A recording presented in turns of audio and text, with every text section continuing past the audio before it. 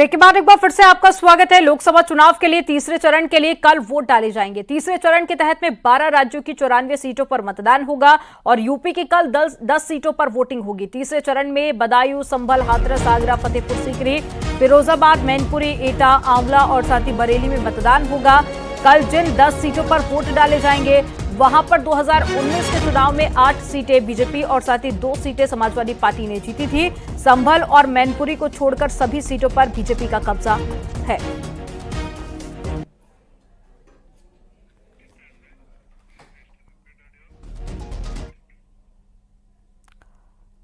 खबर अमेठी से है, जहां पर माहौल खराब करने की कोशिश की गई है। आरोप है कि कांग्रेस ऑफिस के बाहर तोड़फोड़ की गई और कार्यालय के बाहर खड़ी 6 से ज्यादा गाड़ियों के शीशे भी तोड़े गए।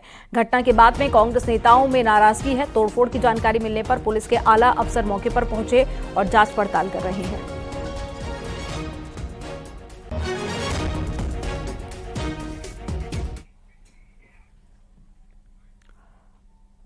वहीं अमेठी में हुए इस हंगामे में बीजेपी ने हमला बोला है। बीजेपी नेता राकेश त्रिपाठी ने इसे कांग्रेस की डर्टी ट्रिक बताया है और कहा है कि कांग्रेस झूठे आरोप लगा रही है और क्या कुछ कहा वो भी आपको सुनाते हैं।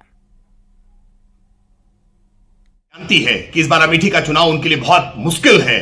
इसी मुश्किलों को पहचान करके अमेठी छोड़ करके रायबरेली युवराज जा चुके हैं। अब ऐसी स्थिति में अमेठी कैसे जीती जा सके, हर प्रकार के डर्टी ट्रिक्स अपनाने का काम कांग्रेस पार्टी कर रही है। ये कांग्रेस पार्टी सहानुभूति बटोरने का ये जो झूठा स्वांग रच रही है ना, ये बहुत महंगा पड़ेगा। ये लोकतंत्र का उत्सव है। लोकतंत्र के उत्सव में हिंसा का कोई स्थान नहीं हो सकता है। भारतीय जनता पार्टी केंद्रीय चुनाव आयोग से मांग करती है कि इस पूरे मामले में कठोरता से कार्रवाई की जाए, बारीकी से जांच की जाए और किन लोगों ने गाड़ियां तोड़ी हैं उनके नाम जरूर सार्वजनिक किए जाए।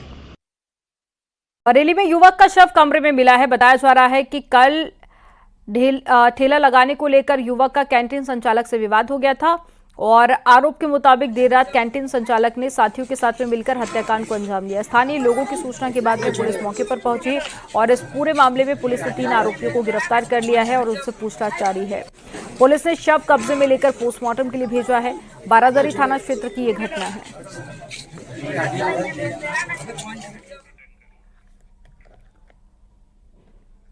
ग्रेटर नोएडा के एक्सप्रेस वे थाना इलाके में धर्मांतरण का मामला सामने आया। आरोप के मुताबिक बीटेक की छात्रा और उसकी चचेरी बहन को धर्मांतरण के लिए उकसाया गया। लड़की के पिता की शिकायत पर एफआईआर दर्ज की गई है और इस पूरे मामले में पुलिस ने 4 महिलाओं समेत कुल 6 लोगों को गिरफ्तार किया। जेपी वेस्ट टाउन सोसाइटी की यह घटना है। आरोप है कि ये आरोपी घर पर धर्मांतरण का रैकेट चला रहे थे और दूसरे लोगों को जबरन दूसरे धर्म की धार्मिक पुस्तकें पढ़ने के लिए दबाव बना रहे थे।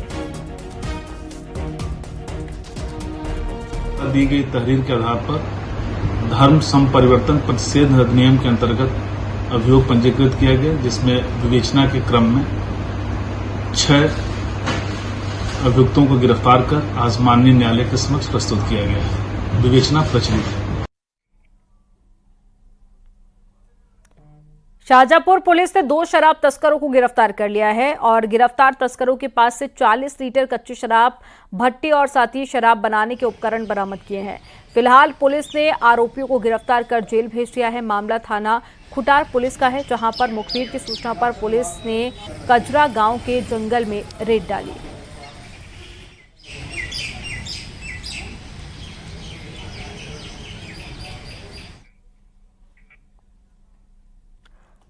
बिजनौर में रस्सी से बंधे गुलदार के शावक का वीडियो सामने आया है। रस्सी से बंधा शावक जमीन पर पड़ा हाँफ रहा है और उसके इर्द गिर्द लोग खड़े शोर मचा रहे हैं। मामला मुद्रा खुर्द गांव का है। वीडियो का संज्ञान लेते हुए वन विभाग की टीम गांव मुद्रा खुर्द पहुंची और गुलदार के शावक का रेस्क्यू किया गया। वन विभाग की टीम शावक को पहले मेडिकल के लिए ले गई। रेंजर ने कहा कि गुलदार को इस तरह किसने बांधा, इसकी भी जांच की जा रही है।